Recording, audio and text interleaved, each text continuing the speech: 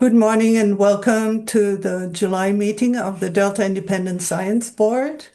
I call the meeting to order. And first would like to hand it over to Alyssa Burns for some housekeeping information.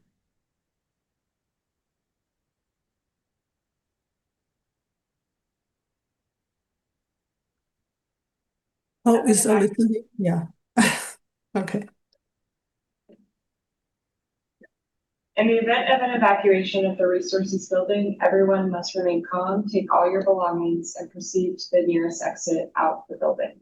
Staff will gather at the evacuation point at 1615 9th Street, and the public is welcome to join. Note that no food and beverages are allowed in the meeting room. Thank you, Alyssa. So I give a brief overview of the public comment process. We will take written questions and comments throughout the meeting. And please follow instructions on your screen and on the meeting notice. We'll take a roll call now of the members to establish a quorum. Peter Goodwin. Pete? Good morning. Peter Goodwin, no new declarations. Kathleen? Kathleen Jones. I've set up a sole proprietorship LLC called Earth Inspicera for consulting work. I will be retiring from JPL at the end of July and will continue to do my science work through the LLC. Great, thank you. Tanya? Anya Heikala, I have one declaration. I'm going to be helping advise the Delta Residence Survey, which is going to be distributed in the spring of 2027 to ensure that it's responsive to social science gaps identified in ISB reviews. Thank you, Tanya. Is Steve here today? Steve? Not present. Not present, all right. Diane? Diane McKnight, I have no new declarations. Anna? Anna McCulloch, no new declarations. And Obi? Jayant Abhishekar, no new declarations. Kenny? Kenny Rose, no new declarations. Lisa?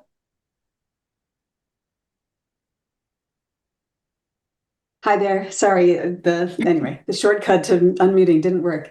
I have one declaration. I'll be joining Tanya and others in advising on the Delta Residence Survey to be distributed next year, and our focus is on whether the social science gaps identified in ISB reviews are incorporated in that survey.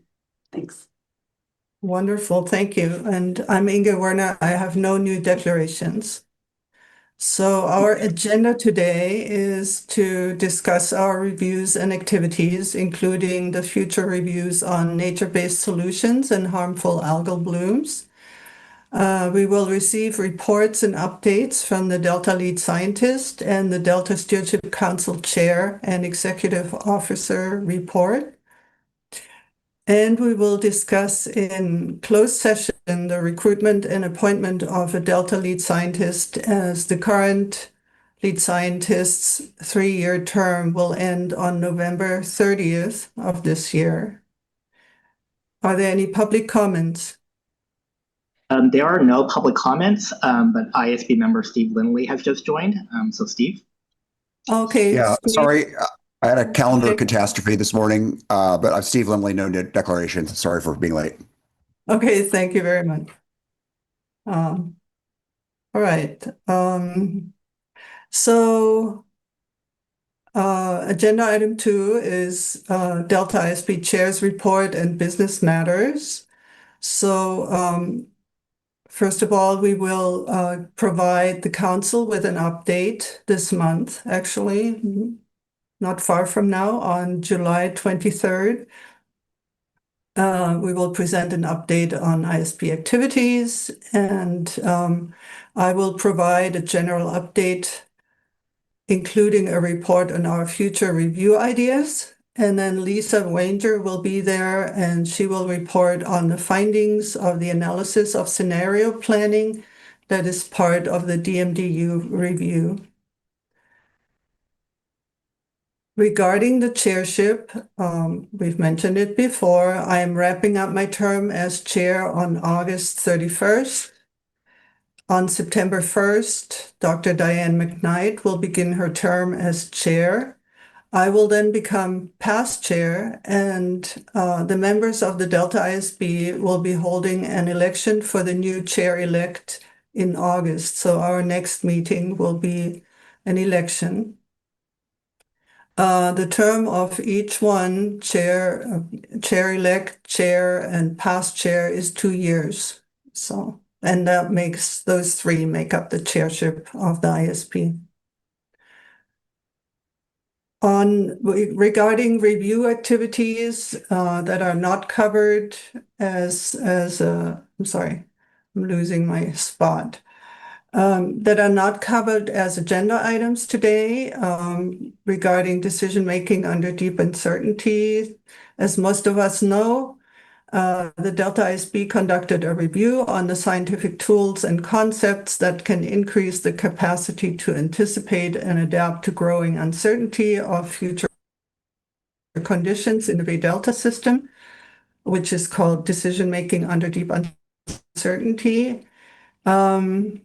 The first product is a synthesis of a seminar series, and staff have presented a poster on what is DMDU, largely based on the seminar series synthesis report at the IEP workshop and at the California Water and Environmental Modeling Forum earlier this year. It will be presented again at the Bay Delta Science Conference in the fall. The second product is a manuscript of the inventory and analysis of scenario planning that has been submitted to the San Francisco Estuary and Watershed Sciences. A second round of peer review comments were received, and the leads have addressed comments and submitted the paper back to the journal. Leads are now working on the third product, which is a perspective piece to be submitted as a peer-reviewed publication based on findings and recommendations from the review. The subsidence review, the Delta ISB has been working to address public comments on its draft review, which is called Science to Inform Management of Subsided Lands in the Sacramento-San Joaquin Delta. The goal is to have a final report by the Bay Delta Science Conference at the end of September. And an oral presentation abstract on this review has been accepted for that conference. Regarding the adaptive monitoring manuscript, staff are working with Dr. Dale to turn recommendations from that review on adaptive monitoring into a perspective piece to be submitted to ecological indicators. Individual comments from former and current board members are still being addressed. And then the ongoing contaminants monitoring review. The Delta ISB is currently, I don't have to say that again, conducting this review to assess current contaminant monitoring programs in the Sacramento-San Joaquin Delta. The first part of the review consists of a series of interviews with experts to gain an understanding of what is actually being done in the Delta, the regulatory landscape driving contaminant monitoring, and the thresholds or triggers prompting management action. So far, we have interviewed 19 individuals from a variety of organizations. Our postdoc, Dr. Agrawal, and the state fellow, Dr. Burns, are in the process of analyzing and summarizing these interviews, and we intend to have preliminary results to present at the Bay Delta Science Conference. A poster abstract has also just been accepted for that conference. We are also planning a workshop in 2027, which will be based on the findings and recommendations from what we learned in these interviews. In addition, on June 23rd, a symposium that was focused on contaminants and organized by California state water contractors and others, took place. I gave a presentation there. The symposium was titled Cleaner Waters and Broader Benefits for Bay Delta Ecosystems, Exploring the Positive Convergence of Physical, Biological, and Chemical Habitat Restoration. So it was a broader look at contaminants. The symposium organizers acknowledged the gap between how contaminants are regulated and protecting ecosystems from contaminants' impacts. It highlighted the need for advancing a more integrated and holistic approach towards co-management of contaminants for broader ecosystem-wide benefits in the Bay Delta and watersheds. This, as you may recall, was also recommended in the ISB's previous reviews on water quality and contaminant monitoring. So it was definitely a timely symposium to take place, I think. I presented a status update on ISB's contaminant monitoring review, where the topic of how to deal with contaminant mixtures has repeatedly been brought up as a challenge. I provided some examples for the application of some advanced approaches to monitor and assess contaminant mixtures. These examples highlighted some of my work at the Swiss Ecotox Center in Switzerland and also what is happening in the EU right now. They are actually actively moving towards integrating mixtures in the monitoring process. It's very slow, but it's happening, so that's great. So our ongoing review also shows that a more holistic approach is needed if we want to better understand the impact of contaminants on the Delta ecosystem. Regulation is still focused on single chemicals, which does by no means reflect the reality of what organisms experience in the environment. So if interested, you can watch the recording on YouTube. And you just search for the symposium title, which again is Cleaner Waters and Broader Benefits for Bay Delta Ecosystems. So you should be able to find it pretty easily. Regarding the Emerging Climate Science Symposium from last September, a hybrid symposium, which took place September 16th and 17th at UC Davis to discuss the latest climate science and its implication for the Delta. The ISB leads are working on a summary on key highlights and addressing comments from our April meeting. They are also working on a potential perspective piece for publication as a peer-reviewed paper. So I think we did not receive any public correspondence since the last meeting. Please correct me, Edmund, if I'm wrong. That is correct. No public correspondence. All right. Are there any public comments now? There are no public comments, but just as a reminder, Zoom has changed the location of the raise hand function. You can now find the raise hand function under the React button, just as a reference. With that, I'll turn it back to you, Chair Wener. Okay, thank you very much, Edmund. All right. Our agenda item 3 is Executive Officer Report and Delta Stewardship Council Chair Report. And I would like to welcome Julie Lee, Chair of the Delta Stewardship Council, and hand over to her. Thanks, Inge. Good morning, members. I'm happy to be here today to give you a brief update on what we're doing at the council. First is I wanted to share some good news regarding the ISB staff support.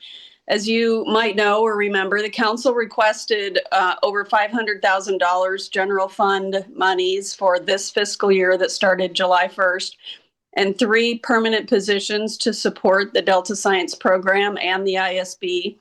as well as $139,000 that will be ongoing, plus the inclusion of some budget language to cover the required rate increases for ISB members. So congratulations to you all on that. I'm pleased to share that the budget signed by the governor last week fulfills all of those requests. And specific to the ISB, the budget provided a staff position to assist with technical support for ISB activities, as well as funding for ISB member rate increases associated with inflation and cost of living adjustments, as I mentioned. I think inclusion of these resources in the budget is a real testament to the ongoing value to the state produced by our two organizations. Next up, we had a certificate of consistency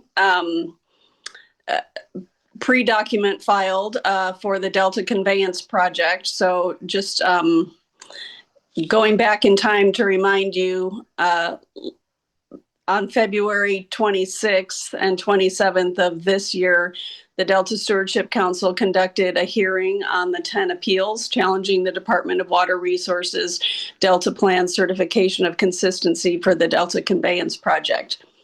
On April 23rd, the council, after careful consideration of the certification, appeals, the party arguments, written submissions, and public comments, adopted a decision on the appeals, which in part remanded the project back to DWR for reconsideration on two issues for the Delta Plan policies.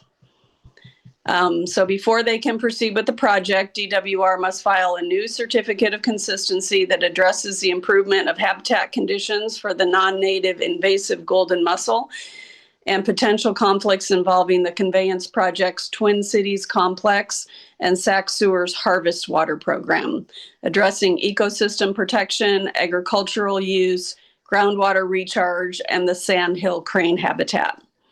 Additionally, as part of the council's statutory oversight role, the decision required DWR to submit an annual implementation report to the council starting March 1st, 2028. A copy of the council's decision is part of your meeting package. And as I mentioned earlier, on July 13th of this year, just Monday, DWR issued a notice of intent to submit the Delta Conveyance Project revised certificate of consistency and the Delta Plan with the Delta Plan on the remanded items. So consistent with Delta Stewardship Council requirements, DWR posted a draft of the revised certification that has to be done at least 10 days prior to a formal submission for public review or comment. So that kind of kicks off our whole appeals process. And if you have any questions about that, I'd be happy to answer them. Next up, the Delta Climate Adaptation Team. We led, the Delta Stewardship Council is leading the creation of a Delta Climate Adaptation Team to support cross-sector collaboration between groups working on climate change adaptation in the Delta. We held our first kickoff meeting on June 30th. The council worked closely with many of the organizations on the Delta Adapts Climate Change Initiative to develop a regional adaptation plan built around 4 overarching themes, which were flood risk reduction, water supply reliability, climate smart agriculture, and ecosystem restoration. We're calling the adaptation team DCAT, and it will focus on these same 4 themes. Convening DCAT will help the council and its partners collectively prepare the Delta's critical water supply infrastructure, communities, ecosystems, and agricultural economy for threats posed by climate change, including sea level rise, flooding, temperature rise, drought, wildfire smoke, and poor air quality. I know there was an interest in learning more about adaptation as part of the planning efforts for the Emerging Climate Science Symposium, so I encourage you to watch the recording if you didn't catch the meeting live. And we will keep the Delta ISB updated about our DCAT efforts. On June 18th, the council hosted its first Delta Plan Interagency Implementation Committee, or DPIC, event since Governor Newsom appointed Rachel Wigington as Special Assistant for Planning and Science earlier this year. In this role, Rachel serves as the coordinator of DPIC, so I'm going to turn it over to her now to provide an update on the Restoration Subcommittee meeting and the Delta Restoration Forum that were both held on June 18th. Rachel? Yes, good morning, board members. As Julie said, my name is Rachel Wigginton, and I'm the Special Assistant for Planning and Science at the Council. I've been here going on 6 months now, and I'm feeling like I'm starting to get settled in and starting to lean into my role as the DPIC coordinator. As you all may be aware, one of the major ways that we at the Council work to advance Delta Plan restoration targets is through engagement and relationship building among all the different actors who must work together to effectively advance restoration. And we do this partially by hosting events designed to build connections across different sectors so we can catalyze collective action and ultimately accelerate the pace of restoration implementation. Restoration is essential to the recovery of native species. It can help improve public access, and it can also support a reliable water supply when strategically placed. So I'm happy to tell you that we have been having some recent Delta Plan Interagency Implementation Committee activities. The Restoration Subcommittee held 2 back-to-back events at Bogle Family Vineyards in Clarksburg on June 18th, a formal meeting of the subcommittee, and also the 4th Delta Restoration Forum. Both events sought to build relationships among numerous different actors across sectors who must act collectively toward the Delta Plan's ambitious restoration targets of 60 to 80,000 acres of restored habitat by 2050. 12 of the 18 DPIC member agencies sent representatives to the subcommittee meeting, and that included some of our federal partners, like the U.S. Environmental Protection Agency, as well as the U.S. Army Corps of Engineers, and state organizations like the California Natural Resources Agency and the State Water Resources Control Board, among others. And the meeting began with all of the different representatives providing updates on what their organization's near-term work is related to restoration in the Delta and Sassoon Marsh. And then the subcommittee heard several presentations, including updates on tribal engagement from the nonprofit organization River Partners, heard about conceptual designs for a series of restoration projects along Mormon Slough in Stockton, which is being led by Restore the Delta in collaboration with the San Francisco Estuary Institute. They saw new designs for the Zacharias Ranch Tidal Wetland Project, which is being led by Westervelt Ecological Services and will be run as a mitigation bank.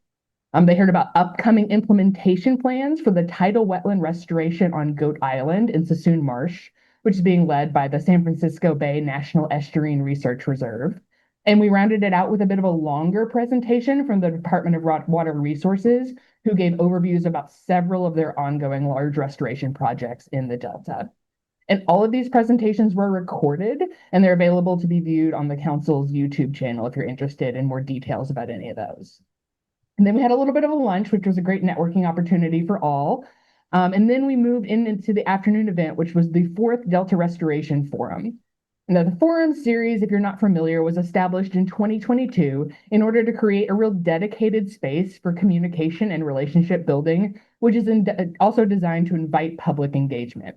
When we were conceptualizing the forum series, we realized that there were already existing forums for scientists who were studying restoration to meet and talk about advances, but there wasn't really a dedicated space for the scientists to meet with the contractors who are doing some of the implementation, to meet with the funders who are funding the restoration, and also to have the public that's invested in the restoration projects to come and meet together. So that's what we're really trying to accomplish with the forum. And this year's forum continued the trend of making solid progress toward that goal.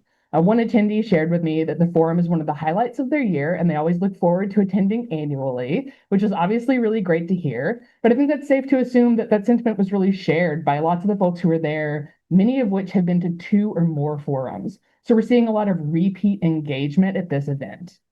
The forum is co-hosted by the Delta Stewardship Council and the Delta Conservancy, and we hold it in an open house style format. And this year we featured almost 20 different restoration projects and programs from across the Delta and Sassoon Marsh. Projects included invasive species control efforts, which are led by county resource conservation districts, and one of them actually brought their herbicide spraying drone to show folks like the new technology that they're using. We heard from the Nature Conservancy's bird returns program, so more of a habitat augmentation type of program.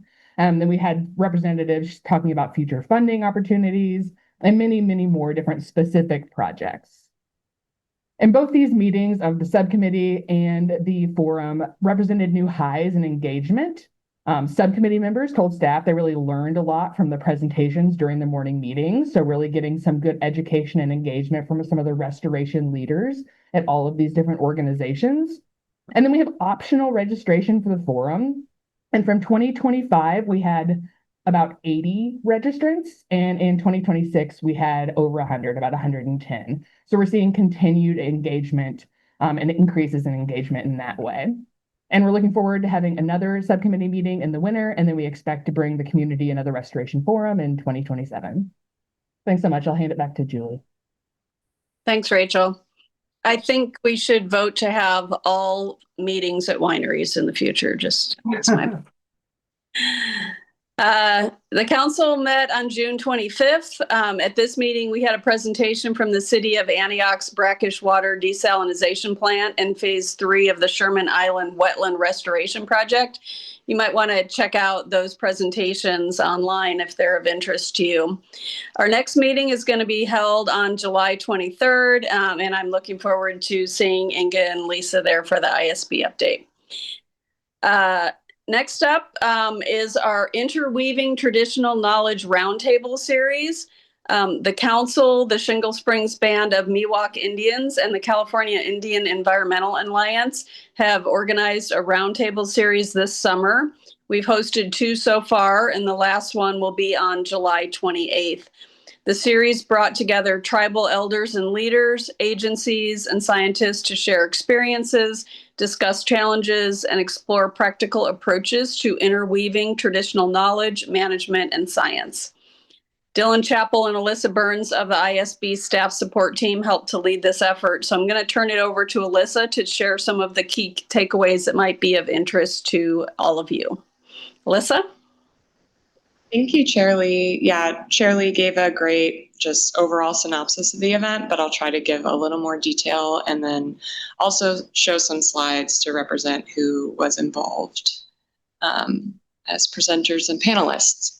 So I know many of you are familiar with efforts to interweave traditional knowledge in other regions, but we want to just share some insights from those working in the Delta.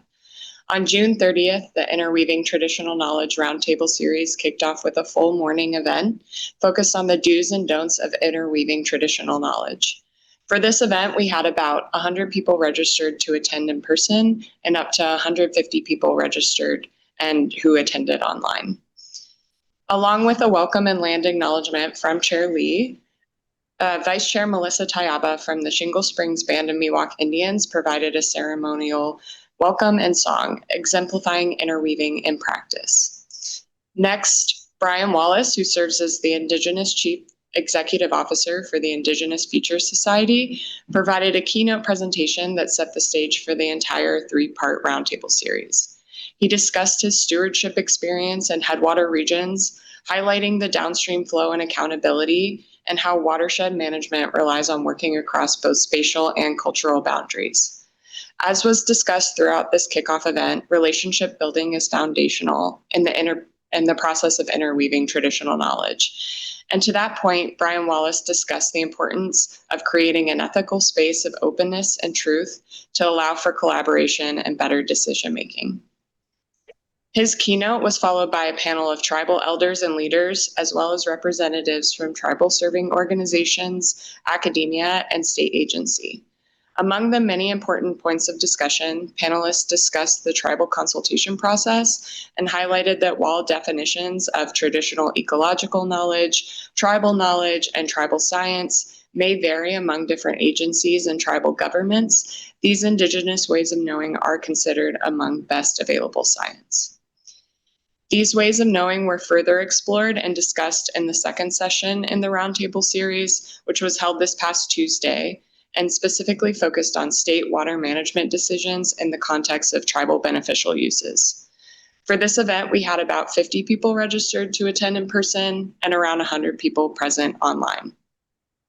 Adriana Renteria from the California State Water Resources Control Board provided an overview of the tribal beneficial uses, which include tribal tradition and culture and tribal subsistence fishing. and the process for obtaining a tribal beneficial use designation. And while this was generally considered a step in the right direction among the panelists, and in terms specifically of integrating tribal needs and traditional knowledge into state policies surrounding water quality, a follow-up panel discussion included the perspectives of tribes, tribal serving organizations, NGOs, and state agencies, and they identified the challenges that exist in communicating tribal beneficial uses between tribes and agencies, and where there is still room for improvement in state policy frameworks. The ISB has long called for integrating traditional knowledge, as seen in your 2017 review on the Delta as an evolving place, along with the 2018 peer review article stemming from that review by Joy Zedler, a former ISB member, and Michelle Stevens, which called for traditional knowledge to be included in the Delta Plan and restoration planning. Ultimately, while these Interweaving Traditional Knowledge Roundtable series events are creating a space to communicate and cultivate connection across tribes and agencies, they are seen as a small step toward truly inclusive co-governance and co-management of water resources. These topics will be explored in more detail during the final session in the Roundtable series, which Chair Lee mentioned will be held virtually on July 28th, and there's a QR code there to register. But ultimately, we're planning to release all of these, and the first session recording is already available on YouTube. So I hope to see some of you in attendance on July 28th. And with that, I'll hand it back over to you, Chair Lee. Thanks, Alyssa. That was a great overview. I've really enjoyed attending these sessions and looking forward to the last one on July 28th. So that's it for us, Inge. Let me know if you guys have any questions. We're happy to answer. All right. Thank you so much, Julie, Rachel, and Alyssa. Are there any questions from the board? Oh, I see a raised hand, Lisa. Hi, thank you for that update, Chair Lee, and also Rachel. I have a question that just seems to come from the fact that you updated us on DPIC and DCAT, and it causes me to wonder, is there cross-pollination between those groups such that you might be thinking about how environmental restoration designs might need to be adapted to given future trajectories and things like that? Is any of that going on? Rachel, do you want to talk about the coordination with the DCAT team? Yeah, I can speak to that. So definitely on the staff level, particularly the restoration subcommittee staff and the DCAT and the Delta Adapts effort more broadly, we're always coordinating and thinking about ways that our work overlaps and can support each other. And then I think you're right on that there's a lot of room for the two efforts of the broader DPIC and the Delta Adapts and the DCAT to support each other. I can't fully speak for the DCAT team, but I will say that like part of the role or the hope for the DCAT is that it's going to be a little broader than what the DPIC is. So the DPIC includes state and federal agencies, and the hope is that the DCAT will include those partners in addition to a lot more like local involvement. So like cities, counties, those community groups, those sorts of folks who are going to be more directly involved in the DCAT. But we do have intentions and like some forming plans of regular updates from the DCAT to the DPIC, thinking about ways that those DPIC leaders can potentially bring that information back to the work they're doing at their agencies and create sort of like a cycle of support among those different efforts.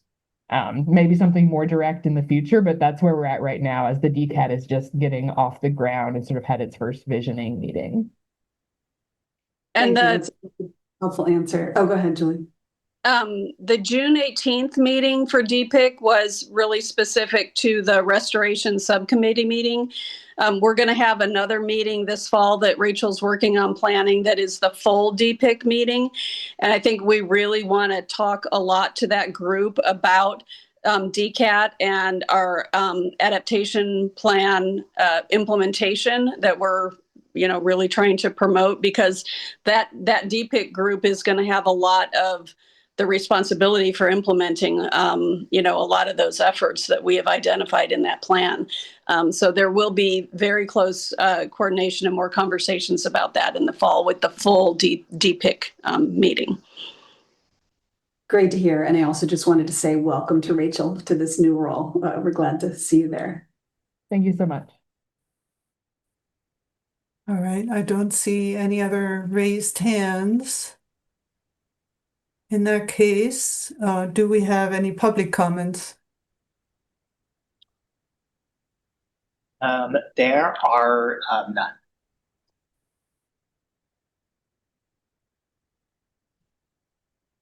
I'm sorry, I couldn't catch that. There are none. Oh, okay, none. Thank you. Well, thank you again, Julie, Rachel, and Alyssa. That was a great summary of everything going on and lots of good news too, which is nice. It's very nice. Our next agenda item is a discussion of our scoping a review on harmful algal blooms. And we have talked about this repeatedly at various occasions, and I will give a brief background and then hand over to Diane, who will give you more insight into what's going on right now and what the thoughts are. So over the past few years, the ISB has been brainstorming a potential review on harmful algal blooms. Back in 2020, we held a very well-attended panel discussion, but placed the review on hold as the state of Bay Delta science on HABs, or harmful algal blooms, along with the HABs monitoring strategy for the Delta were being developed at that time. These products are now complete, and we heard an update at our December meeting from Dr. Ellen Preece of GWR. Dr. Preece provided an idea for the ISB where they could be of use to do a review on mitigation methods in the Delta. This is something that the Southern California Coastal Water Research Project was going to work on a couple of years ago, but never moved forward. Also, Nick Maturano of the State Water Control Board said that there are research needs on HABs when he spoke at the Nature-Based Solutions panel at our May meeting. He spoke about the need for understanding what is driving HABs and how nature-based mitigation techniques could be effective in helping control them. So based on the outcome of our December planning retreat, we are currently prioritizing HABs as a future review topic. So I'll turn over to Diane now to take it from there and let us know what the status is. Well, thank you very much, Inge. And I'd like to make a few clarifying comments in terms of HABs. Hazardous algal blooms is a term that includes blooms that cause eutrophication, low oxygen content in bottom waters, and a broad range of impacts, whereas the specific subset of HABs that are what we call cyanoHABs or CHABs are the ones associated with the production of toxins, the release of toxins into the water. And, this has been ongoing focus at the state level and in many regions within the United States and around the world of this toxin issue. And these toxins are neurotoxins. So they're in the context of contaminants, there's something to be concerned about.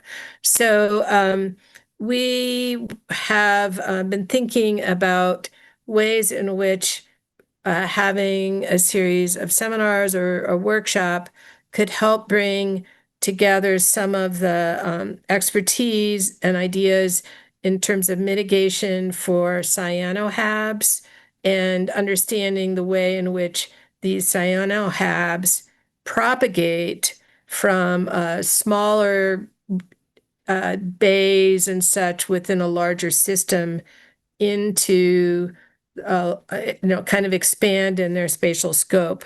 And one of the challenges with that detection is the limited ability of some remote sensing platforms to really resolve the edge effects associated with these small channels and rivers and bays where these cyanohabs may kick off, if you will. So that is a limitation. So in addition, so in the context of mitigation, both detection of the incipient cyanohabs falls within that scope, in my opinion. And also in the context of mitigation, another area where the Delta ISB has expertise is thinking about the broader picture in terms of how the biogeochemistry is controlled by the hydrology, and that ends up controlling the relative abundance of nutrients that are required by both the cyanobacteria, nitrogen, phosphorus, but then the nutrients that are required by the good algae, if you will, the diatoms that we would like to, that would not present these neurotoxin issues. So that, and the diatoms require silica, and silica is delivered to rivers and estuaries and wetlands by weathering reactions and different pathways than nitrogen and phosphorus may be delivered, for example. So kind of looking holistically or helping to look holistically in the context of mitigation strategies or to possibly promote the good algae. So we want to, one way we could help out, we think, is to look at some of these more maybe out of the box approaches, or look towards what there may be coming online in terms of new remote sensing resources, and what would it take to make those more available in the near term. So these are ideas that we've been considering for a while, as Inge said. So you know, there's this phrase, it doesn't, something about closing the barn door when the cow is already out of the barn. Yes. Detecting the HABs once it's already taken over the aquatic ecosystem, well, that's great. But a mitigation strategy would be knowing what's coming and what can be done to essentially close that barn door, at what scale and what's possible. And so that's some ideas that we could consider. And remote sensing and nutrient management are two aspects of this larger question of mitigation and timely detection and response.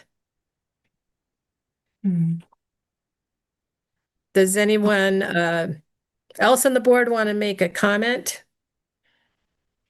Yeah, I'd like to open it up to comments, suggestions, questions, please.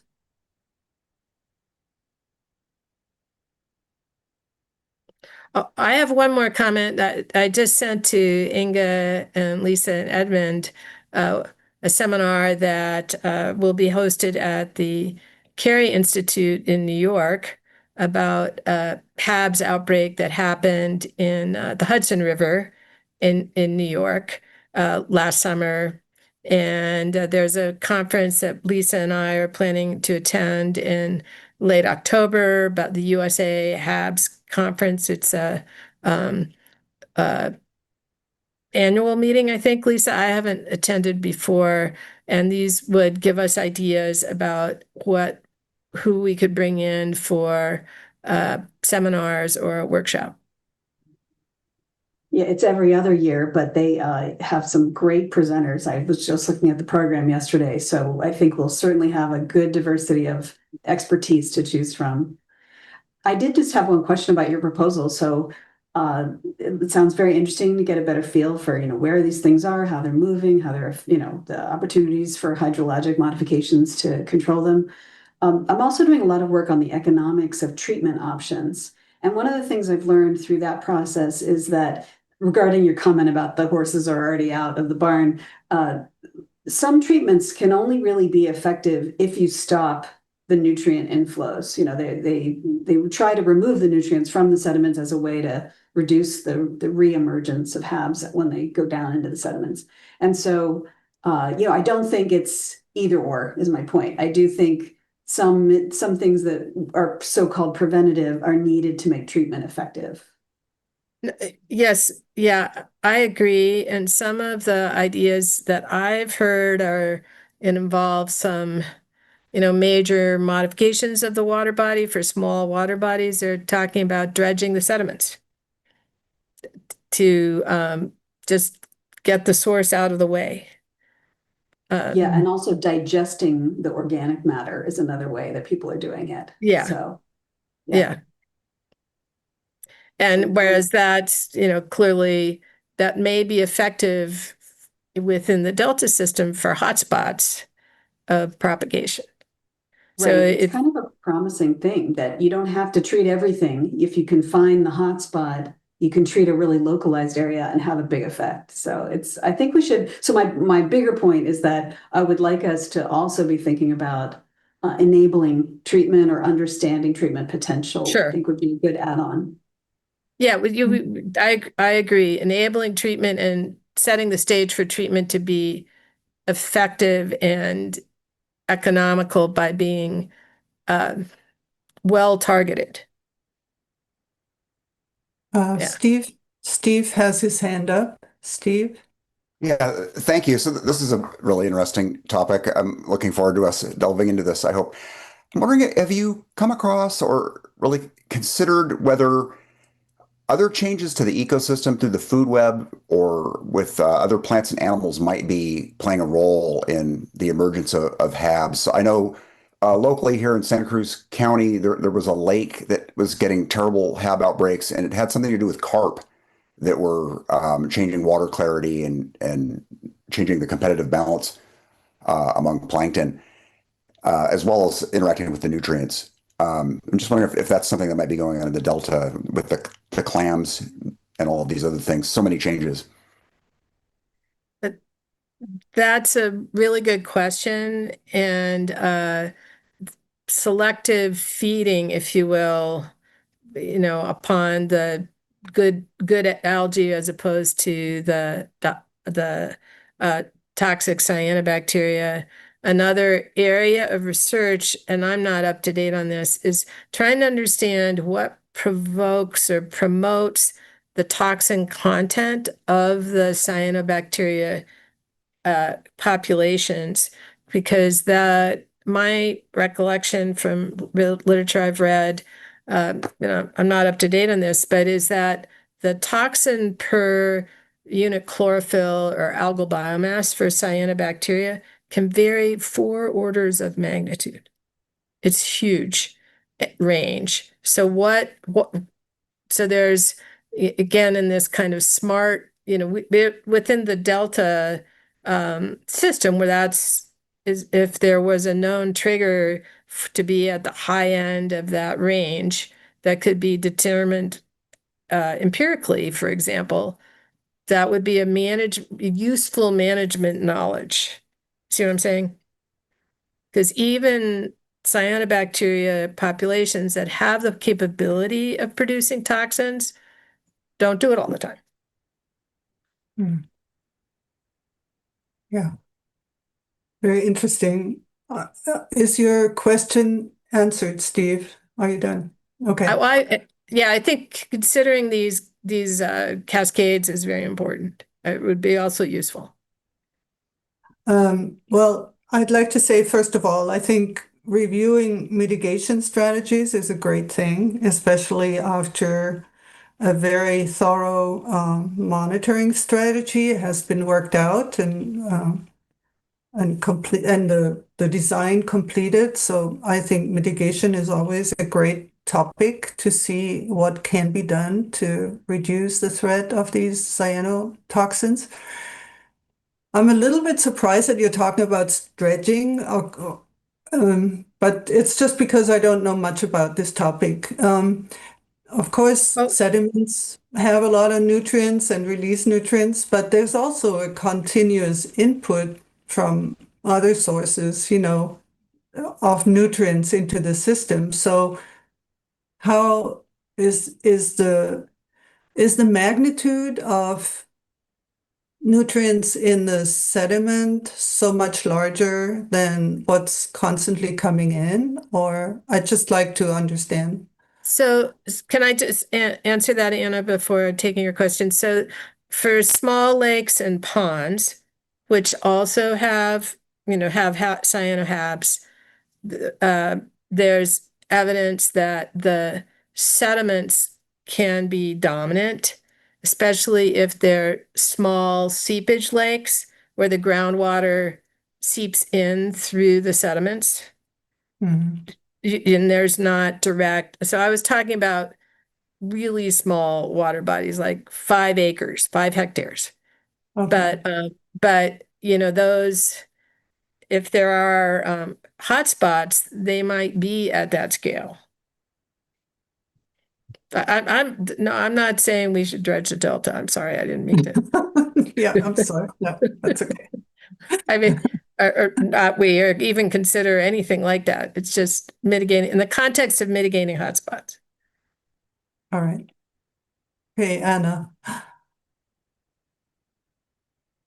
just want to make a couple comments on some of the more scientific topics that were just brought up. So in no particular order, on the toxin versus biomass, yeah, absolutely. And we've published, I could maybe forward you some of the papers, Diane, working with the National Lakes Assessment from the EPA, showing how the explanatory factors for biomass are not always the same ones, or don't explain them in the same way as they do for toxin concentrations. And one of the things we published on recently is this really strong interaction between temperature and nutrient concentrations, and explaining things like toxin concentrations, and that there seems to be this temperature sweet spot that is moving north that interacts with local nutrient concentrations to really explain high toxin concentrations. So that was one.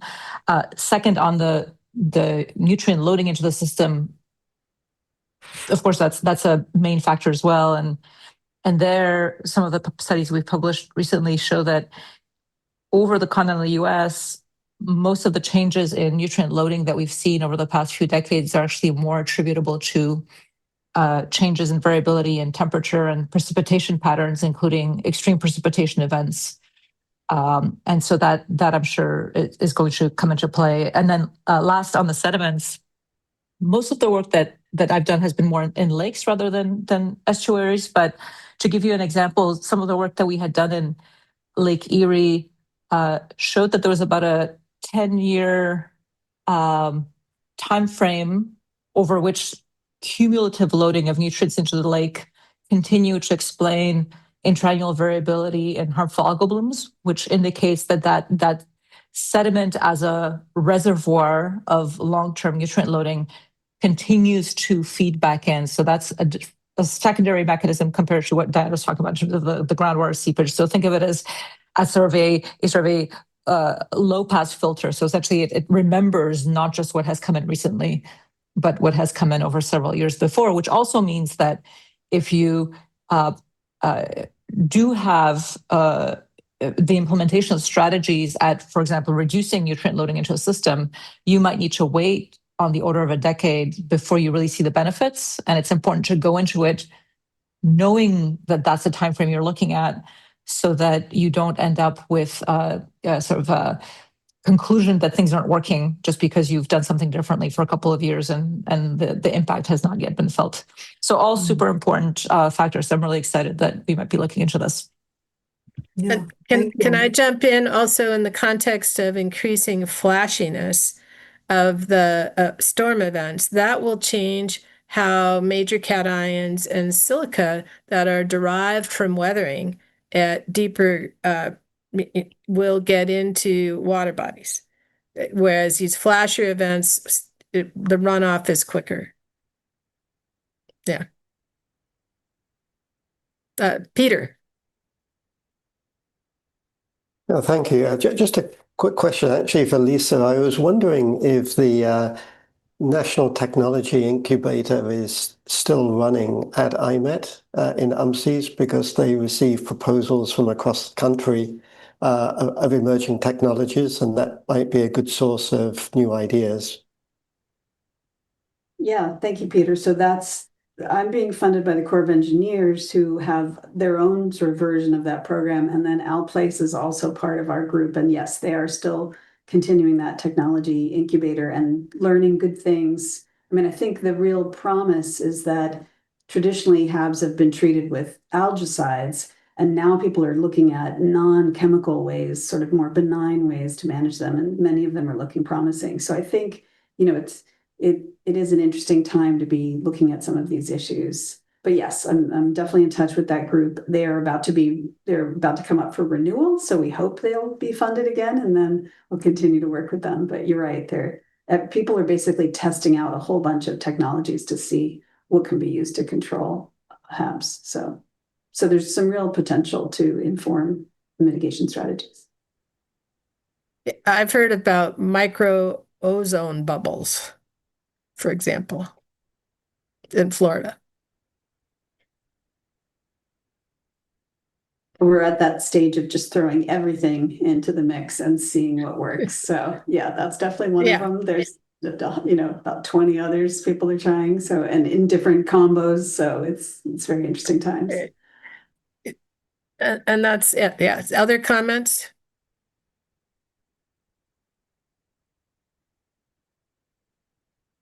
Nothing there. So we would, from here, we would have scoping discussions maybe after Lisa and I attend this meeting in October. Is that sort of a time frame for moving ahead? That sounds good. It's up to the lead, so they have to put in the time. Well, and I guess part of the ask now is who on the board can let us know, let the chairship know who would like to be involved in terms of the leads, being a part of the group that pulls us together. And there's on the remote sensing, Kathleen, you would bring a lot of expertise, and Anna, you're very much involved in this in terms of your publications, and maybe Steve bringing in your perspective on top-down controls on algal communities. That having a range of backgrounds would be great. I'm seeing some heads nodding. Yes. And Kenny, what do you think? Yeah, I think from a modeling point of view, I can probably, I think I can help. Okay. Kathleen has her hand up. Yeah, I'm definitely interested. I know that in Europe, they're doing a lot of remote sensing to look at HABs in certain areas. And so we could look at the optical instruments and what frequencies are used for best detection, and maybe look into what you could do to get a higher resolution instrument so that you could look at these small water bodies. Very interesting. Mm-hmm. And I'm happy to help as well. Yeah. Sounds like there's a lot of expertise in this area. Sure. On the board, so. And again, as Lisa said, we can focus on mitigation, knowledge and mitigation moving ahead. Yeah, I think that was the conclusion from listening to Dr. Rees. Yeah. That this is where the board could help the most at this time. And it goes really well with the nature-based solutions, or maybe I'm wrong, but maybe there's a crossover as well. So Okay, so maybe you could, if you're interested, you could contact Diane, or Diane could contact people who have just nodded and then go from there. Does that sound all right? Sounds like a plan. Yes. Okay, okay, sounds good. Great, thanks, everyone. Are there any comments, public comments, Edmund? There are no public comments, but just as a friendly reminder, if you can't find that raise hand function, it's under the react button, which is the heart icon. With that, I'll turn it back to you. All right.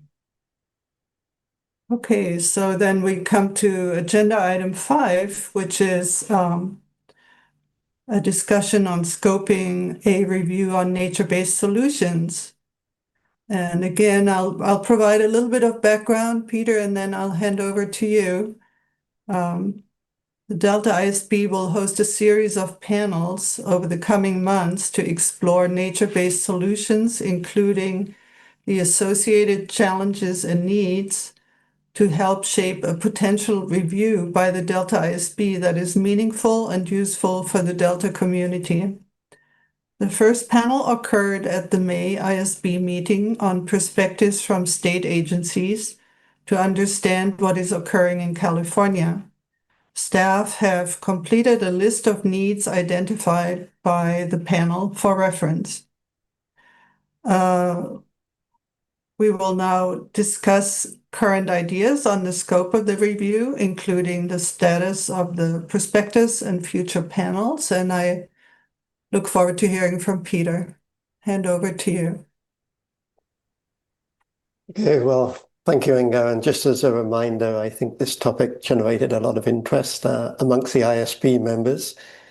And perhaps I'll have a first crack at where we are. And then if Anna or Steve, Kenny, Kathleen, and others that have contributed to the discussion in the last meeting and since, please fill in the gaps. We'd also like to acknowledge the efforts of Edmund and Alyssa and Annika and other staff members for both the organization of the panels, the past one in May and ones to come, as well as maintaining a good synthesis of these discussions. And also, I think it's worth highlighting the role of Maven's Notebook, who covered our first panel in May. And they provided a really good, succinct summary of the thoughts from the state agencies that were represented, as well as some of the comments. And also, I think we should give a shout out to Maven's Notebook, because there's so many meetings going on. And particularly if you're in an agency and you've got a deadline coming up, you can't make a particular meeting, or if you're part of a smaller organization that simply doesn't have the resources to get to all of these meetings, it's a great way of keeping up to date. And so we would certainly welcome feedback and ideas from people who did not participate in that first workshop. And if you did miss it, that Maven's Notebook summary is really an excellent summary. So I think as the ISB, we recognize California has a really long history of NBS over more than 40 years. And this has been fueled by the various conservancies, DWR, Fish and Wildlife, federal partners, as well as many of the NGO contributions. Over the years, this has gone by different names. The current one is NBS, but Engineering with Nature, Ecological Engineering, and many other titles. But what's different in the last certainly 5 years is that nature-based solutions has gained incredible traction. And it's just wonderful to see, not just in California, but across the world. This results in the field evolving very rapidly. And earlier this year, we documented some of the major initiatives going on since 2025. We also relied heavily on Secretary Crowfoot's summary in January that focused on NBS to address the state's climate goals. And we are very grateful for his comprehensive remarks in the May panel meeting. So in trying to put this together, it's such a large topic. I think we're guided by three principles. The first is that there's many innovations that are going on. And because this is such a rapidly evolving field, we need to do something that's timely. If we spend too long, there's a good chance that the developments will have passed us by. So this means having a very focused scope on the first part of any review we do for NBS. Secondly, we heard in our last meeting that whatever we do needs to be relevant to the Delta and its watershed. And thirdly, we need to respond to the needs expressed by the science and management community. So in perhaps crafting a timely and focused study, our thoughts would be that there's going to be some value in developing a classification of NBS as it applies to the Delta. And to do this, we would look at several things. First of all, how are the various organizations defining NBS as it relates to the Delta? And how do these activities perhaps differ from what's going on elsewhere in the state, nationally, and in the literature more broadly? Within this classification, we would look at what factors and co-benefits drive the adoption of NBS versus more traditional approaches. Or in other words, under what conditions might NBS be used? A fourth point, which we discussed in our last meeting, is to what extent are the anticipated co-benefits achieved, or what plans exist to achieve co-benefits targets? And related to that, what might be the challenges and barriers that organizations are encountering in the implementation of NBS? And the sixth point in this classification would be to list the various funding sources. And as part of this, we felt we would need to put a bound on this, because if we attempted in this first effort to recognize the various methodologies that are being used for assessing cost-benefit analysis, this would be a very, very large topic, although it's very important. And also we heard from Secretary Crowfoot and some of the other state agencies that they highlighted the need that the state cannot do this alone. There needs to be innovative funding instruments put in place if we're really to accelerate nature-based solutions. So this is a very important element of NBS, but perhaps would not be covered fully in this first stage. Also, we felt that this would not be a comprehensive list of all NBS projects being undertaken in the Delta, but rather trying to classify them into broad groups or packages of NBS activities. A couple of other remarks, and then we'll talk about some of the methods that we thought we could employ to implement this review. The product itself, we were thinking a manuscript in the San Francisco Estuary and Watershed Science Journal, which would be then very accessible to the entire community. Also, the timeline, we were thinking in this first preliminary look at NBS, we would try and turn this entire effort around in about 12 months. So with that, before we talk about methods, I suggest we have perhaps a discussion. Does this make sense as a first step? But I just wondered if Anna or Steve, did you have anything to add before we open it more broadly? Did I capture those early discussions we've had since our last meeting?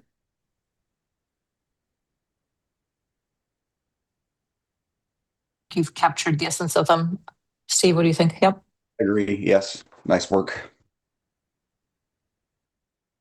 Okay, Inge. So I don't know if there's any comments on that idea from the ISB. If not, we could give an update about what the next steps would be if we choose to go down this road and refine that broad scope that I outlined. And Obey. Yeah, thank you. Sorry, I missed the May meeting. And I was reading Maven's notebook summary and the panel summary. I was somewhat overwhelmed with the potential scope of this effort because they were talking about agriculture systems, maybe some Delta itself. So if you're going to do it in 12 months, I have a feeling this classification or initial scope may have to be identified carefully. And the other thing was somehow eventually we may need to connect this with what we have learned from the climate outlook in the climate symposium. At what point will they stop working, particularly during extremes? And the final point is like, perhaps it needs to be connected to sort of like hybrid approaches because we already have a lot of projects going on. How might NBS help the ongoing efforts to, maybe have co-benefits or increase some benefits of, delaying some impacts and so forth. Some of those initial thoughts and I noticed that there was a lot of emphasis on carbon sequestration, I think, in those panels. And I assume you're going beyond that point. That's all my initial comments, Peter. No, thanks. That's very helpful, Obey. And I think, again, with the carbon sequestration, there's obviously some overlap there with the efforts that are looking, some of our other reviews, as was pointed out earlier. So I think we would need to be very clear about where we're complementing our existing reviews and what would be different. But thank you. And Tanya, I see you're next, and then Inge. Yeah, thanks, Peter. I really appreciate the kind of scope here and the ideas that you're putting out. It's I think it's building nicely from the conversations we had at the May meeting, and my biggest concern might be the 12-month plan and timeline, and I know Obey mentioned that as well, but just I think we'd really want to be careful with what types of methods we employ or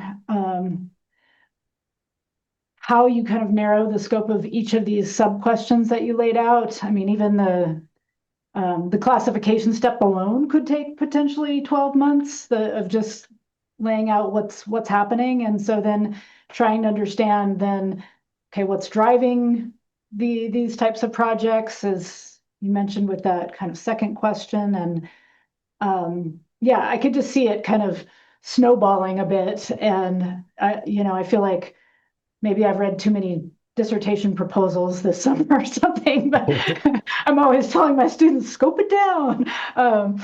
Yeah, it seems like there's a lot of potential here, even with this narrower scope than kind of where things started in our discussions in May. So just putting out the word of caution. I like it though. No, thank you, Tanya. And I think that's also just captures our concern to be really focused in this first stage, because I think in the evolution and the development of this first stage, there's likely to be some very focused issues that come out of that would make sense to do a follow-up or a spin-off activity. So look forward to your comment, and please keep us focused on something that's doable. Inge. Yeah, I also like it. I'm especially excited about the co-benefits, and this comes from my perspectives of contaminants in the system, of course. If you listen to my talk at the symposium I talked about earlier, in the end, I said there will never be a complete monitoring program for contaminants. And, because we just don't have the tools, it's very hard to go there. So I'm really excited about measures that could actually reduce the input of contaminants into the system. And I think there are some nature-based solutions that could really have that co-benefit, So I'm hoping there will be a section in there about that too. Thank you. So please track that, Inge. Make sure it's in there. Yeah, Lisa. Hi. Yeah, I also support this idea. It's a really timely topic, and certainly Obe's comment about how are we going to be using these in the future, given climate change, I think is also a really important element. So first, I also want to second Tanya's comments. So I was having the same thought, issues of innovative financing can get pretty deep pretty fast, and I would hate to see something be too superficial because there's a lot of ideas floating around that maybe haven't been completely thought through, and I wouldn't want us to just repeat those. So that's what I was thinking about. But on a more positive note, I'm thinking there's also some connections to something we learned in the climate change symposium, and that was just mentioned in the traditional knowledge interweaving, is this idea of working higher up in the watershed as a way to influence more area of the Delta. And so I would encourage you to maybe think about that in your classification system or co-benefits. So thanks. No, thank you, Lisa. And of course, that's really, we thought with the innovative financing, and as you say, that's a huge topic. And we thought we would not get into that in this first phase. But it's obviously something we heard a lot about from the agency speakers. And of course, you've been on the cutting edge of that for many years. So I'm sure we'll be turning to you if we get into that.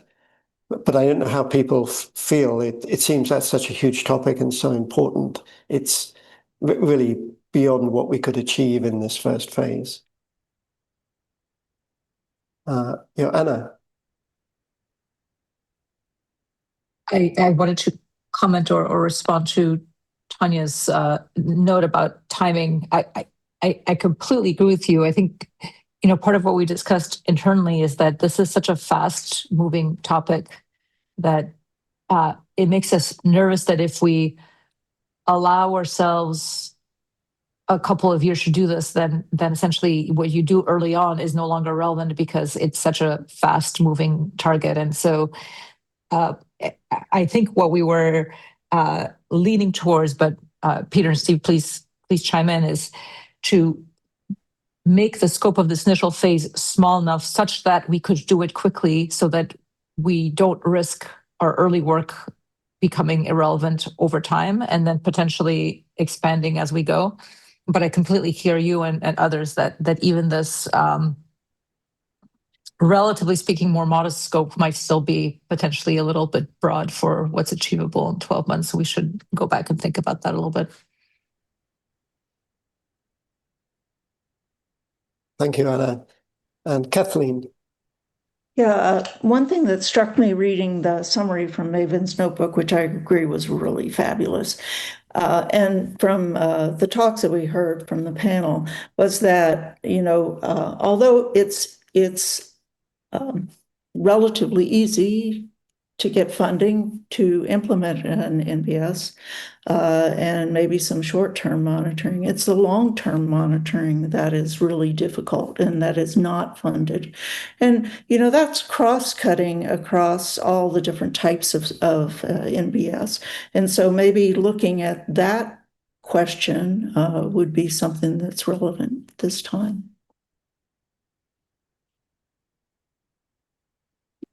Thank you, Kathleen. That's a topic we heard a lot about that. And maybe that's something that could be included in the classification, just the level of monitoring. And I just wonder if Dr. Kenny, did you have anything to add to that? You've been undertaking a study looking at that. And in some of your earlier input. Nothing dramatic, only that honestly, I don't think may not be changing as rapidly as it might appear. There's a lot of rinse and repeat that's going on with NBS. And that's where I think we can help, is that synthesis. And I'm speaking from the East Coast. And that's what we're seeing a lot of, is that it looks like there's all kinds of stuff going on, but it's really could use an injection of synthesis and integration and lessons learned and best practices and those kind of things, which are not, the implementation is rapidly advancing, but the concepts to me have not really evolved that rapidly, that it's hard to keep up. But I have an East Coast, and in fact, worse, I have a Chesapeake Bay perspective. So it's pretty parochial view of things. But that's what we're doing here on the Bay, is we're developing best practices for implementation. But I agree, regardless of that, 12 months for us is lightning fast. And so that's why I wasn't going to add much, because I agree that even in small doses, that's hard for us to do with all these other activities we're doing as well. So I think there's lots of room for us to work, I guess is the bottom line. Okay, thanks, Kenny. And Obey. Yeah, I just have one more comment. Thinking about the short-term effort, I understand, you need to get something out sooner than later. The impact of that would be if there is some robust approaches that could be identified. I know we are not supposed to develop policy, but that could lead to policy in the agencies, and that may have long-term impact. So, in terms of impact, what could be the things that you identify could lead to some policy changes? Because I think in the long run, that may be the only way to see some benefits of these types of research. Right? That's all I have. Right. Okay, thank you.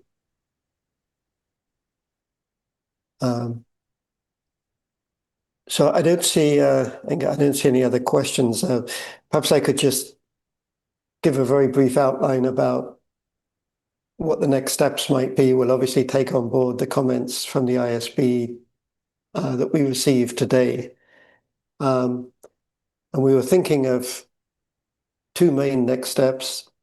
First of all, it seems the ISB has had a lot of success and a very good response rate when we've done surveys to targeted people, and to put out some kind of survey that would help guide the final development of a prospectus on NBS, particularly if we're looking at this perhaps as a first phase. The second thing which we have underway is that the next panel will occur at the State of the or the Bay Delta Science Conference in end of September. And what we intend is this panel will build on the state agency panel from May. And we'd like to sort of acknowledge and thank the program committee for that conference in accepting our proposal.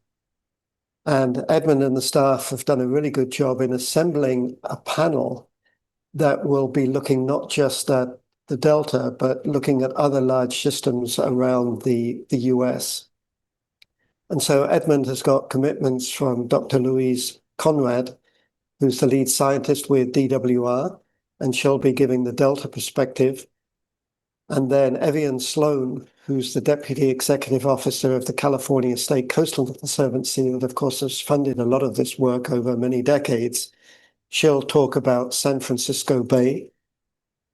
We also have a commitment from Professor Cindy Palankis at the University of Maryland Center for Environmental Science. She's been a leader in these NBS issues around Chesapeake Bay and beyond for many years. Professor Denise Reed from the University of New Orleans will talk about the coastal Louisiana efforts on NBS. And finally, we have Dr. Tracy Collier, a former chair of ISB, very well known, I think, to people certainly in California.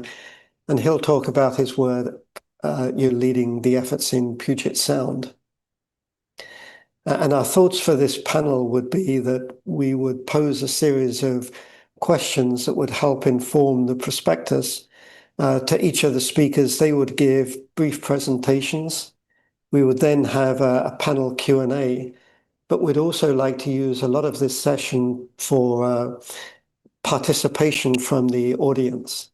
And we would use this panel and the opportunity of people working on this at the conference to really hone the final prospectus.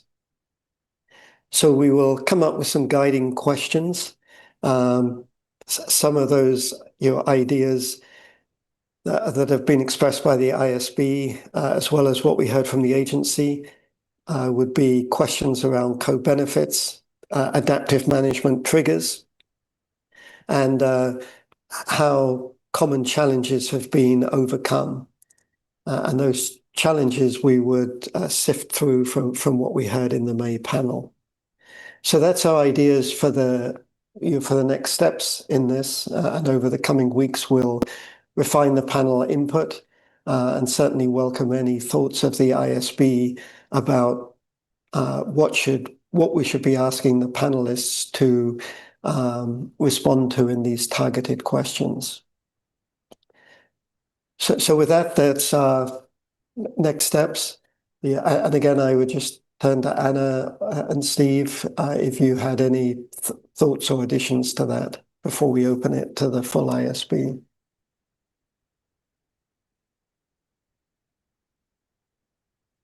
Anna's good. Steve, you're good too. So are there any thoughts from other ISB members on these next steps? And Kenny, your comments at the last ISB meeting and the follow-up on co-benefits, I think that resonated certainly in the follow-up discussions.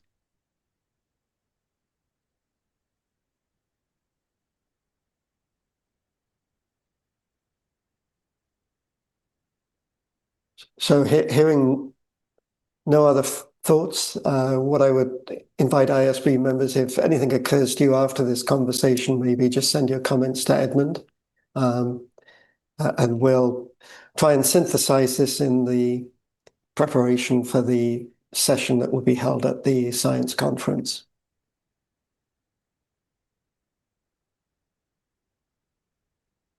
All right. Sounds good. Thank you so much, Peter. I'm sure there will be a lot of input once you are working on a prospectus, right? So are you? Yeah. We are. I'm sure that will trigger some comments and thoughts as well. Right. And of course, we would also welcome for people listening in that, any ideas on this first phase, again, please let the staff know at the council. We certainly welcome those comments. It's not an easy thing to get your arms around. Yeah. And there will be a public comment period anyway on the prospectus, so I also think that the 12 months is a little bit ambitious, but hey, it's always good to set a target. Right. Are there any public comments at this point? There are no public comments, but just as a reminder, if you can't find that raise hand function, it's under the React button, which is the heart icon. Thank you. All right. In that case, I would say we take a 20-minute break. It's hang on, Pacific time, 10:30. So we'll reconvene at 10:50. Are most people here? Oh, yes. No. Now we can see. All right. Let's reconvene the meeting and our agenda item. Well, welcome back, first of all. Our agenda item 6 is the Delta Lead Scientist Report. And Lisa Marie is here. Welcome, Lisa Marie. So I'll just provide a little bit of background and then hand over to you.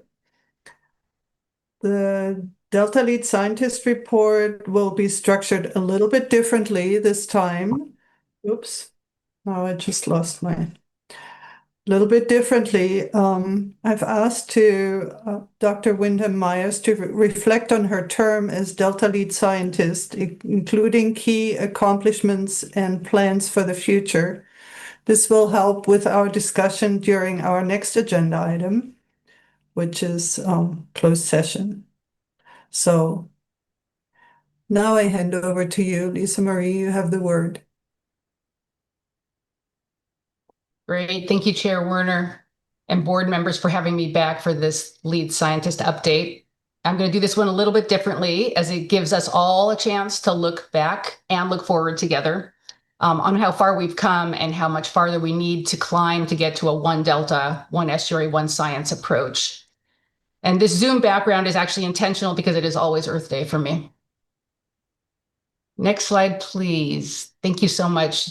Is it Alyssa or Edmund doing the slides? I'm going to guess it's Alyssa. Thank you. It's Alyssa. Great. All right. So it's been 3 years since I began this journey, and I have a lot of personal photos that I'm going to share to illustrate that journey. But I also want to share an important dialectic for us where two things can be true at once.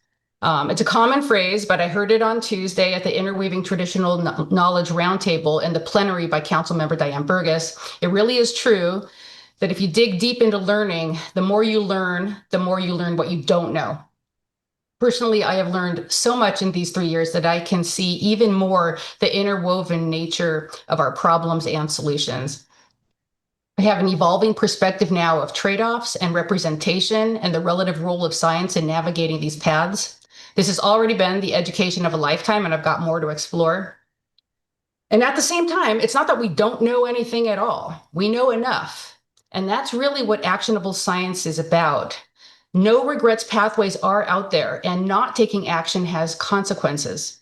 This theme came up in our Blue Carbon Symposium in March, and especially in closing remarks from Campbell Ingram, the Delta Conservancy's executive officer.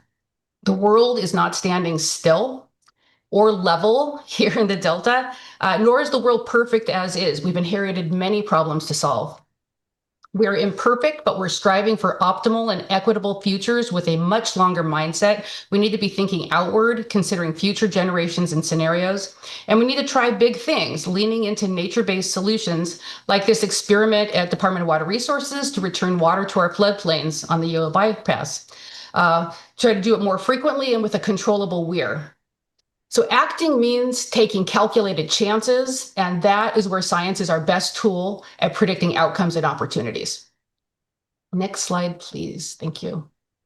So it's been a long road, and it's kind of like a Mobius strip where your perspective changes from the inside to the outside as you keep progressing along the surface. 3 years is a special window. It's a salmon life cycle. And we're having record returns of Chinook in 2026 after record rainfall in 2023. So there is hope. To take a stab at what I'm seeing from my perspective about what's been achieved in my tenure as Delta Lead Scientist and what could be achieved, I'm going to take a look back to where we were, what we've survived, and then consider where we are and where we're going as a science community. First, we have to recognize that before my 2023 interim appointment, we had just come out of a global pandemic that shook up our personal and professional lives. Also, we need to recognize that much was built before I came into this role. I have to credit my incredibly astute predecessor, Laurel Larson, as well as past lead scientists, Peter Goodwin, Sam Luoma, John Calloway, Cliff Daum, and so on, with the paths that they laid and the durable wisdom that guides us forward. Next slide, please. Second, we have to recognize that after my term was extended, we experienced another global event targeted on science. The systematic dismantling of federal support for the science enterprise exposed the hidden but enormous risk of reliance on federal agencies to support the progress of science and scientists here, something that we've mostly all taken for granted. Our science community here is hurting big time. We lost people at the top and at the bottom, and that has left us discouraged, disjointed, and without vision for the future, both in human and in financial resources, hence the cartoon. I often liken science to light for so many reasons, and these scientists are our light sources. We need to value them for the visionaries that they are. These people of today and tomorrow are my primary focus in this role as Delta lead scientist. And this is the biggest hit I've ever seen to science, something that most everyone thinks is important to personal and public prosperity and security, but they don't realize its fragility. We can come back together around this Mobius strip stronger and more effective if together we gather ourselves to align our inner strengths and promote outward growth. Building back together is the theme of this year's Bay Delta Science Conference. And I want to clearly state that there are technological advances out there that we can leverage, but I really do appreciate what AI tools can bring us for efficiency. But for effectiveness, to me, it's driven by people, humans, and that is something that we can directly do through communication, coordination, collaboration, and in a growing community of scientists. That's what I'm going to focus on. So a seminal purpose of our, next slide, please. Thank you. A seminal purpose of our Delta Science program is translational science, communication, getting science not just to our eyes and ears, but into the hearts and decisions that people make. We have flagship products, including incredibly well-cited State of the Bay Delta synthesis publications, with our most recent one being on extreme events, and then there's a 2028 edition planned for fishes. We also have the Bay Delta Science Symposium coming up this year at the end of September. And that's something that brings the whole science and policy community together every 2 years. Early bird registration was open as of last week. But we champion other products like boat tours led by the U.S. Geological Survey that highlight the tidal and hydrologic connectivity of this estuary, something you can't see and feel in a map.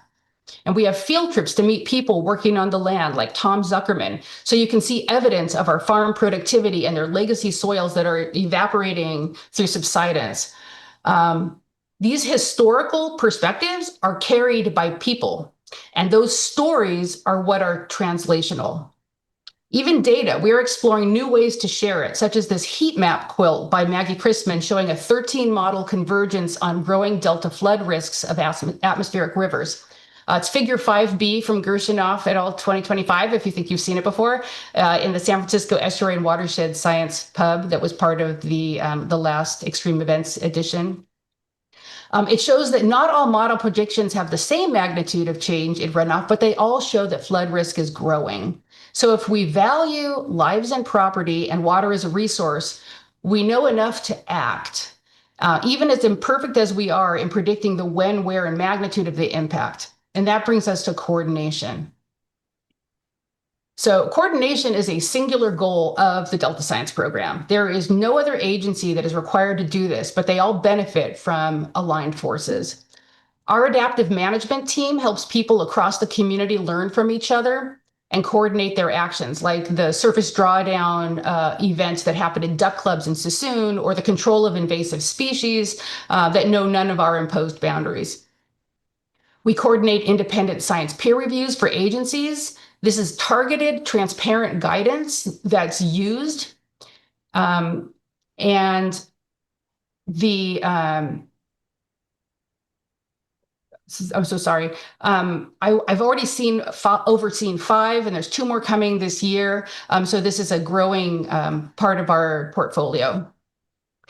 We also produce major documents like the Science Action Agenda to prioritize research needs for management actions, and the Delta Science Plan to provide a North Star to help align the science goals of agencies and communities. This summer's 2026 Delta Science Plan is the boldest yet, with all eyes looking to the future about what we can change in our science approaches to be better prepared, better aligned, and with more powerful in data and relevance for an unpredictable future.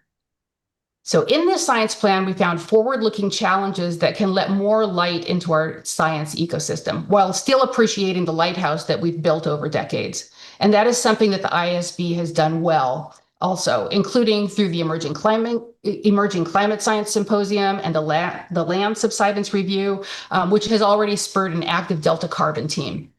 Looking into the future and then laying that map of coordination opportunities illuminates the next opportunity of co-production and collaboration. Next slide, please. Thank you. The Delta Science Program is inherently collaborative. Everything we do has a basis in accelerating discovery and action through many voices and approaches. We've had at least 2 major collaborative wins in the Delta in the last 2 years. One in laying the framework of community infrastructure to support a Delta modeling collaboratory that is nimble and deep enough to address urgent environmental management questions in a rapid and resilient manner. Presentations in these last 3 years at QEMF, the California Water and Environmental Modeling Forum, have documented this journey, and they point us to a vision of implementation in 2027 that leans in and on all 3 of the initial challenges we scoped: harmful algal bloom prediction, salinity intrusion management, and tidal wetland food web restoration. Another big win was the multi-agency funded collection of LIDAR data across the whole estuary for the first time ever in 2025. The final discs have arrived on our desks this week, as well as those at Department of Water Resources and San Francisco Estuary Institute, and then also USGS, who will be including these data in the national map. A single summer-focused collection of high-resolution data at lower water conditions than previously collected is the singular high-quality product that we have been needing, because as you know, the Delta is not standing still. I can hardly wait to see what data exploration will show and how different users will be able to tell better and more accurate stories with it. So follow this on the tracker, the Delta Science Tracker, if you're interested, and also San Francisco Estuary Institute will be having a kickoff webinar on orienting people to the data. It's on August 5th. And I also want to highlight that here in the Delta, we're part of larger networks among other collaborative efforts of the US, such as in Chesapeake Bay and the Gulf Coast and the Colorado River. And we're part of interagency efforts like this 2024 EPA-led effort in Washington, D.C. to get wetlands into the National Greenhouse Gas Inventory. In this estuary and watershed, we actually have so much data and so many stories to share with others that we are a light that shines way beyond the corners of our Delta. AGU this fall in San Francisco, we will be a place to see this. A nature-based solutions science and policy session on scalability that we've coordinated with state and university partners is on point with your NBS discussion that you just had that Peter led. Abstracts are due August 5th, and this is a science and society section, so it can be a second submission, just to encourage you to consider attending.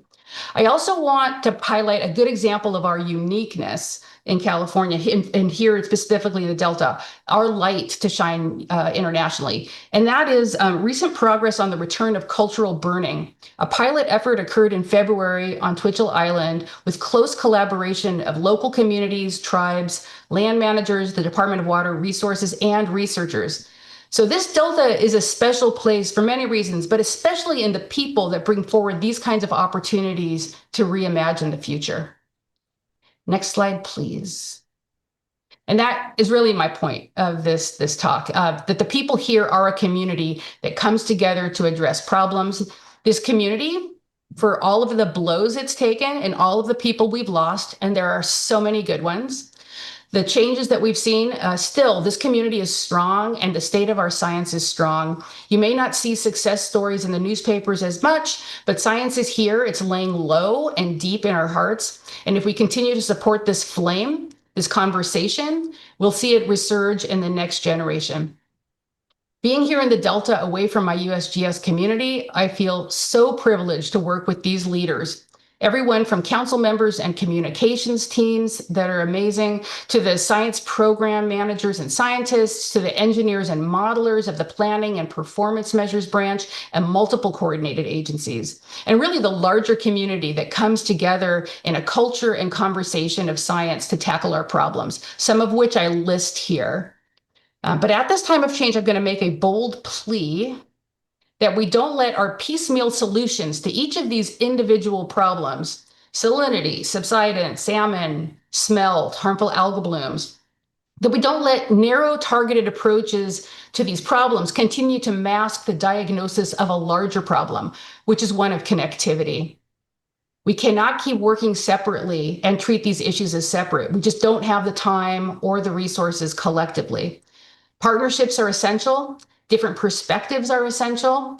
Everything from the science agencies of CNRA to Australia's CSIRO to the UC Co-Equal Project to DPIC agencies that you just heard about from Rachel to community leaders like Restore the Delta and River Partners and so many more that use and value science. It's going to take this whole community to shine our truest and full spectrum light on holistic future management. And that means sharing data, sharing tools, revisiting conceptual models. JP likes to call it myth busting. This is important for us. Being willing to see and hear other perspectives. And these are things that the science program can and continues to lead on.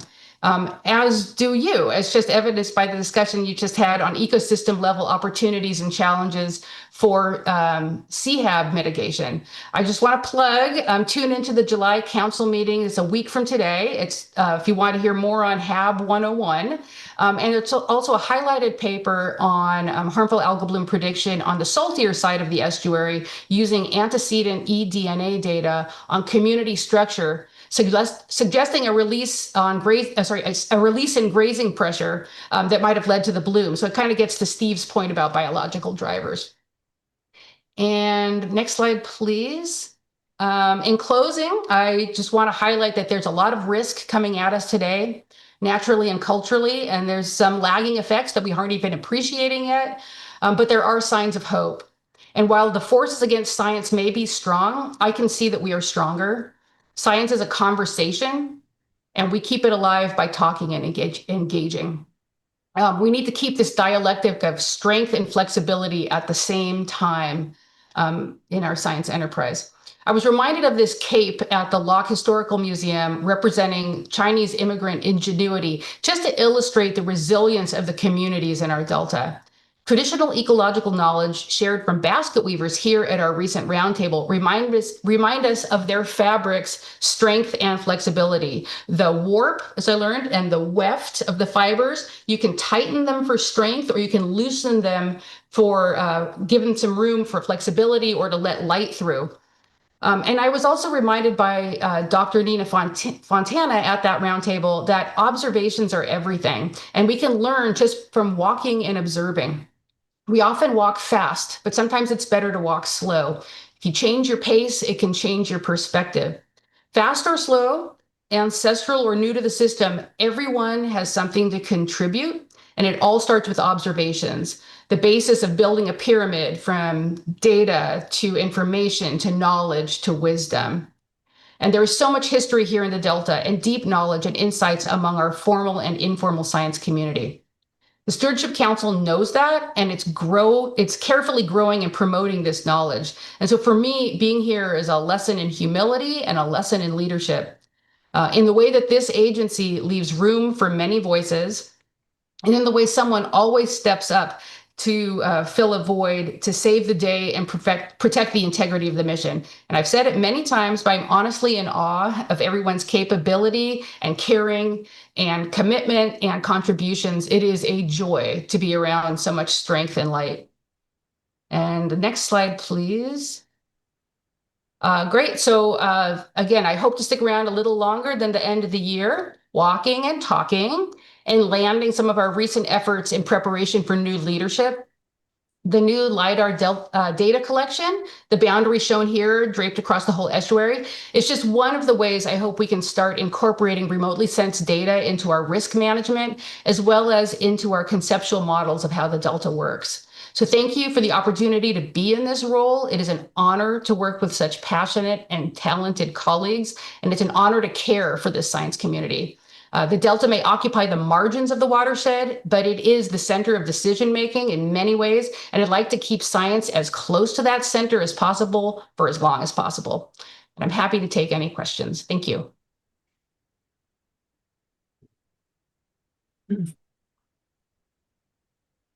Thanks very much, Lisa Marie. So we have time for questions.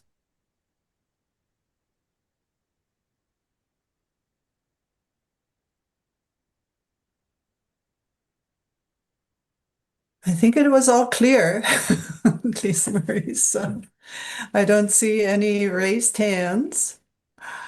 Um,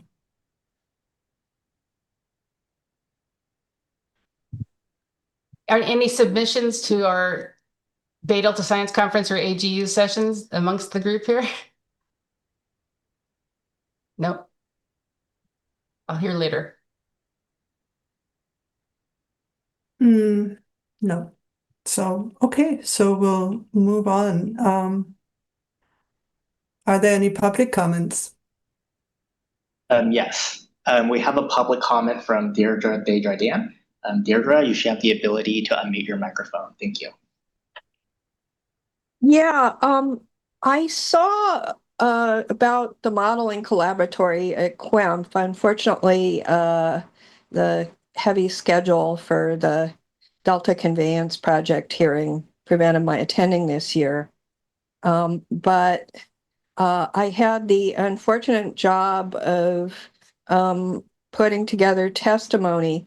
Andrew Schwartz and DWR's team had concluded that temperature increases were not yet affecting runoff in the Bay Delta watershed.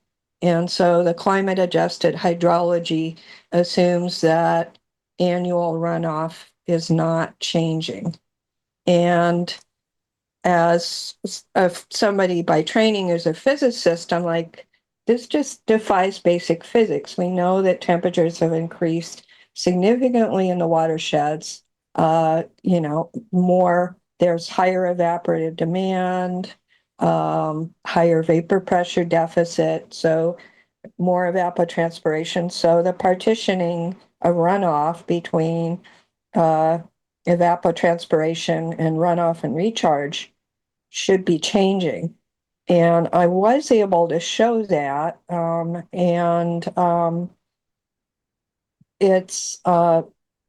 There's actually, it turns out, a very strong correlation with PDSI. I downloaded the gridded climate data and extracted it over the basins and was able to do a lot of the analyses that hadn't been done. And I'd really like to see us develop climate adjusted hydrology that actually takes the effects of temperature increases on the watersheds into account, because my analysis indicates that it's particularly Folsom and the San Joaquin Valley watersheds are particularly being affected, and there's a real shift in runoff efficiency during the mega drought period since 2000.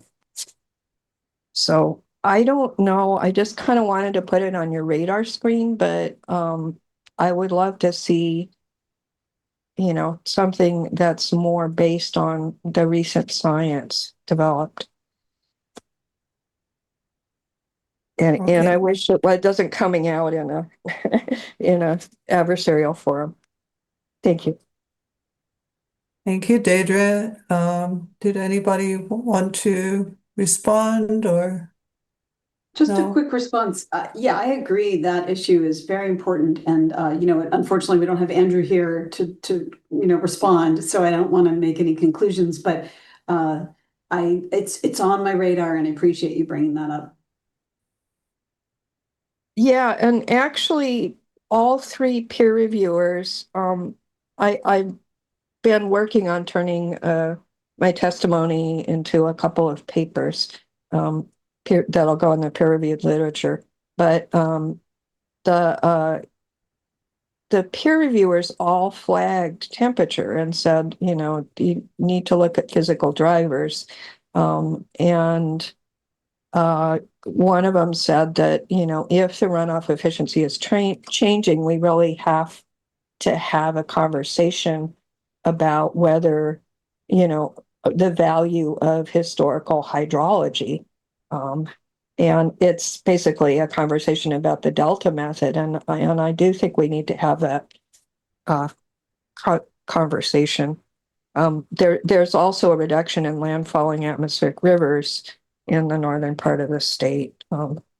So Pineapple Express, atmospheric rivers. So they're on the radar.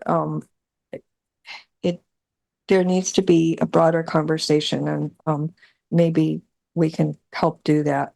But I'm focusing right now on getting things into the peer reviewed literature. All right. Well, thank you, Deidre, for bringing that up. And thank you, Lisa Marie, for a sweeping view of your tenure as the Delta lead scientist. You certainly had your hands full. Obe had his hand up. I'm sorry? Obe had his hand up. Yeah. I just wanted to echo Oh, what Obi, Lisa. yes. I'm sorry. Yeah. I'm sorry. Yeah, Obi? I want to echo what Lisa said, and Deirdre. I think you're bringing a good point. On several review reports that we have identified the issue with the Delta method and the need to use climate scenarios reflecting future conditions, not by simply adjusting the historical flow series. So I think that has been identified even in the climate symposium. We always say runoff is a small difference between two big numbers, one being precip and the other one being ET. And I think when ET goes up due to warming, obviously you have more losses from the land. And all these were identified in the climate symposium. So hopefully in the future, we'll find better ways of coming up with climate scenarios, not by adjusting historical time series, which doesn't produce any higher frequency of droughts in the future if that's the case. So anyway, it's a good point that the board has made on several occasions. Thank you. All right. Any more responses? No, don't see any hands. Thank you again, Lisa Marie. You certainly had your hands full over the past 3 years. And thanks for this overview. We are now going into closed session on personnel matters, which is the Delta lead scientist appointment. This will not be open to the public, so we're going to switch to the Teams link that you have in your calendars. Just some background for the public, the Delta Reform Act requires that the Delta Stewardship Council consult with the Delta ISB in appointing a Delta lead scientist. The current Delta lead scientist term will end in November, at the end of November of this year. We will now have a closed session to discuss the recruitment and appointment of the next Delta lead scientist. This closed session is authorized under Government Code Section 11126, Subdivision A1, I think. And the board will now adjourn to the closed session and will reconvene in 30 minutes, which is 11:50 Pacific time. So yeah, so I'll see you in a few minutes. Chair Wener, just as a point of clarification, since we are early on the schedule, we still have to stick to the time of reconvening that's on the notice. So we still have to reconvene at 12:15 p.m. for the public session. Okay. 12:15. Okay, we can always take a break. Yeah. All right, so I will see you in a few minutes on Teams.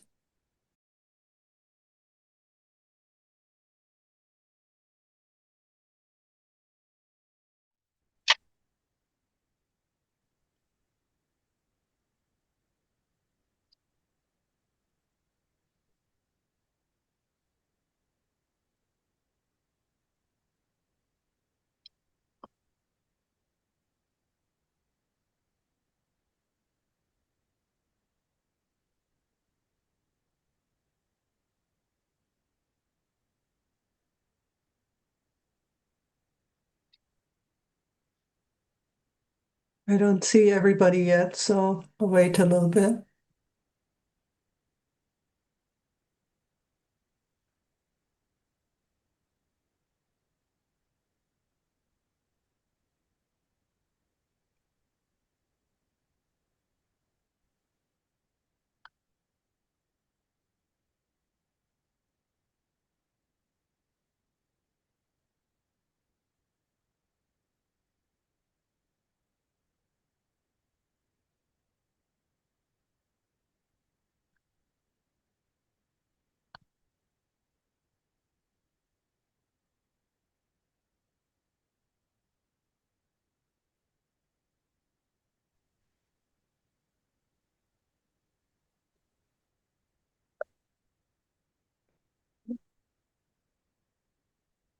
Oh, I think we have everybody now. All right, welcome back to the open session. We have to establish a quorum again, so just indicate that you're present. I'm just going to go through the names again. Peter, Yes, present. Tanya, Present. Kathleen, Present. Steve, Present. Diane, Present. Anna, Present. Obi. Present. Did I hear him? Yes. Kenny? Yeah, present. Yeah. Ah, there you are. Kenny, Present. Lisa, Present. and I'm Inge Wener. I'm here too. So thank you very much. So I'm reporting out on our closed session.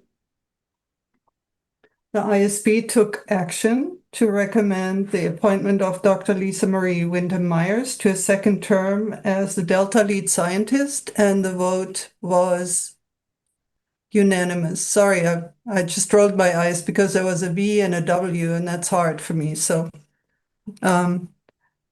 it was a unanimous decision.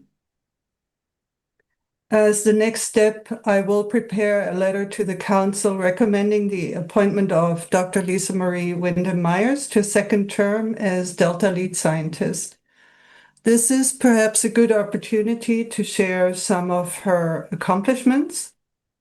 So she guided the Delta Science Program in developing the 2026 Delta Science Plan that has been formally endorsed by the council. This included providing strategic scientific direction, ensuring alignment with council priorities, and integrating input from diverse scientific disciplines and interested parties, including Delta ISB comments. She facilitated 4 peer reviews, helping to ensure scientific rigor, transparency, and credibility in the process. She guided the development of the progress summary report of the Science Action Agenda, helping to clarify achievements, identify gaps, and highlight priorities for continued science investment. And she continued to provide leadership on the collaboratory, fostering interdisciplinary coordination, supporting collaborative research, and helping to advance shared scientific understanding of Delta processes and management challenges. As a note, a collaboratory is something that the ISB has long championed, including in our recent Food Webs review. So thank you very much for the result of this session, and all I have to ask is, are there public comments for matters that are not on the agenda, but within the subject matter jurisdiction of the Delta ISB? Yes, I see a hand from Deirdre Desjardins. Deirdre, you should have the ability to unmute your microphone. Thank you. So I've been sort of a self-appointed watchdog on funding for the ISB since I discovered in 2021 that there was been a catastrophic change in pay, which has since been restored. But I did want to flag, I've been concerned about appropriations this year for Delta Independent Science Board staff. There are significant budget cuts, and I have, because I was spending every waking moment on downloading gridded climate data and doing analyses that DWR didn't do, I haven't had time.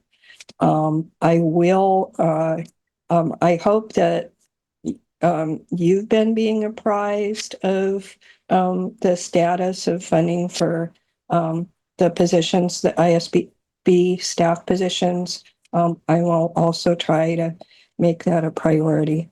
It's somewhat late in the budget cycle. But I just wanted to put it on your radar screen. So there are no Thank you. surprises in August. We appreciate that, Deidre. We had some good news from Council Chair today, but yeah, if something is on the horizon that's not so good, we definitely appreciate support. Thank you. Thank you. And there are a large number of members of the Delta community who greatly appreciate the ISB and the role that you play. Thank you. Oh, and that's very nice to hear as well. Thank you for that. All right. Then I hand over to Edmund for preparation for upcoming meetings. Thank you. So we're still in the process of finalizing the August meeting date. So if you haven't already, individual ISB members, please accept or decline the proposed dates. The August meeting will be virtual. The two main items that we'll have for this meeting is the election of the chair-elect. We'll take the nominations at that meeting. And then the goal is also to have a revised discussion draft of the subsidence review. So just putting that on everyone's radar. And then in terms of items for follow-up from today, we got 3 new declarations. Dr. Jones indicated that she's planning to retire from JPL at the end of the month and will continue work on remote sensing through the LLC. Congratulations, Dr. Jones, on her retirement. Quote, retirement. In addition, Dr. Heikela and Dr. Wenger both declared that they'll help advise on the upcoming Delta resident survey to make sure that it is responsive to the social science gaps identified in the Delta ISB reviews.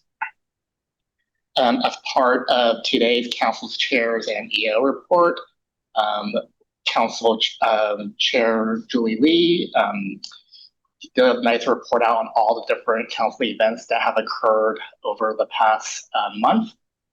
Those are available as part of your meeting materials if you would like additional information. In terms of the upcoming Bay Delta Science Conference, the Delta ISB has its work cut out.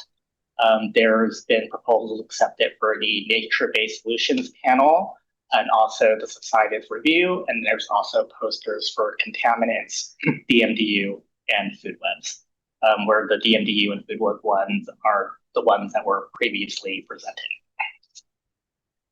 In terms of follow-up items on the scoping of future reviews, for harmful algal blooms, the current plan is there is a U.S. biannual harmful algal bloom symposium later this fall.